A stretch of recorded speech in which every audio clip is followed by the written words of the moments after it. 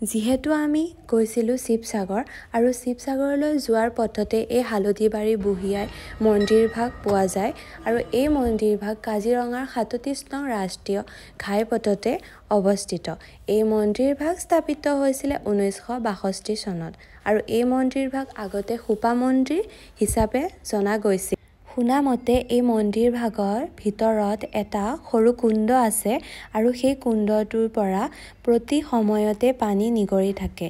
এই নিগৰি থকা পানী বন্ধ কৰিবলৈ ইয়াৰ ৰাস্তাৰেদি পাৰ হৈ যোৱা গাড়ীবোৰৰ ড্ৰাইভাৰবোৰে ইয়াক বন্ধ কৰিবলৈ তাত সোপা দিছিলে আৰু সেয়েহে এই ঠাইখিনিৰ নাম আৰু মন্দিৰটোৰ নাম খোপা মন্দিৰ ৰখা গৈছিল। আৰু ইয়াৰ পাছত ইয়াত এজন বাবা আহিছিলে আৰু এই বাবাজন বিহাৰৰ পৰা আহিছিলে আৰু তেখেতৰ সপোনত আয়ে দেখা দিছিলে যে ইয়াত এভাগ মন্দিৰ নিৰ্মাণ কৰিবলৈ আৰু তেনেকৈ ইয়াত লাহে লাহে সকলোৱে দান বৰঙণি আগবঢ়াই এই মন্দিৰভাগ গঢ়ি উঠিল।